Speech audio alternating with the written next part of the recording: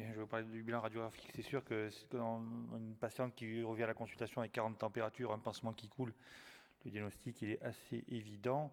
Mais dans certaines conditions, c'est moins facile à diagnostiquer. Donc un cas clinique rapide, une dame de 71 ans qui avait été traitée par cimentoplastie pour une fracture de L1. Malgré la cimentoplastie, il persiste des douleurs rachidiennes. Donc, la radiographique. Il a été suspecté en février 2018 une pseudarthrose sur la cimentoplastie. Donc, il était proposé une chirurgie dite mini-invasive d'ostose percutanée pour essayer de traiter cette pseudarthrose. Rapidement, il y a eu une faillite mécanique des vis supérieures, des douleurs rachidiennes qui sont de plus en plus importantes. On est maintenant 4 mois après la chirurgie de reprise. On voit que le matériel commence à sortir de la peau, une souffrance mécanique supérieure. Et donc, on passe à l'imagerie IRM pour savoir si on peut poser quelque chose de complémentaire. Donc, l'IRM était peut-être vue rapidement et peu de questions se sont posées, mais on peut noter sur cette IRM un signal en hypo T1 de toute la vertèbre qui est en train de se fracturer en syphose, et surtout l'apparition d'un hyposignal de la vertèbre supérieure. En STIR, elles sont en hyper-hyper. Donc le diagnostic initial a été posé sur une faillite mécanique de la vertèbre supérieure. Donc la chirurgie est montée en complexité, souvent chirurgie rachidienne de déformation, avec l'association de vis cimentées au-dessus de la fracture et puis un renforcement du corps vertébral fracturé par la cimentoplastie. Donc là, nous sommes en juin 2018. La patiente continue à s'aggraver depuis février avec des douleurs de plus en plus importantes. Là, nous sommes maintenant une patiente qui est alitée, qui fait des douleurs rachidiennes, malgré une chirurgie de correction à déformation et de la pseudarthrose. Et puis, bien sûr, de la douleur, elle est passée à la méningite avec une septicémie, avec mise en place de plusieurs germes un peu partout, dans la cicatrice, dans le LCR et dans les hémocultures. Donc, elle a eu un traitement antibiotique à large spectre. On a contrôlé son IRM après avoir stabilisé la patiente qui est arrivée en méningite.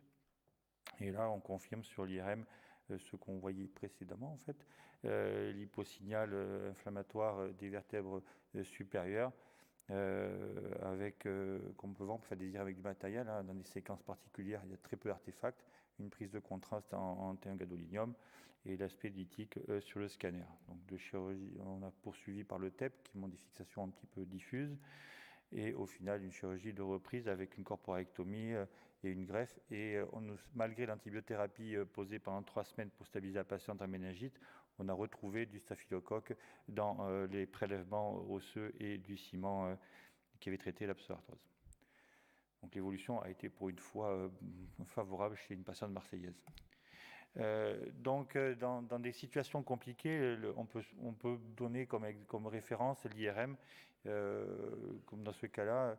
Donc, l'IRM, les signes à rechercher, ces espèces d'hyposignaux en T1 au-dessous d'une suspicion d'infection qui signent une inflammation, la prise de contraste aussi des produits, et puis on voit la diffusion de cette inflammation au pourtour des fractures, qui fait suspecter fortement une infection. Donc l'IRM étant demandé, est-ce qu'elle est toujours artefactée par le matériel?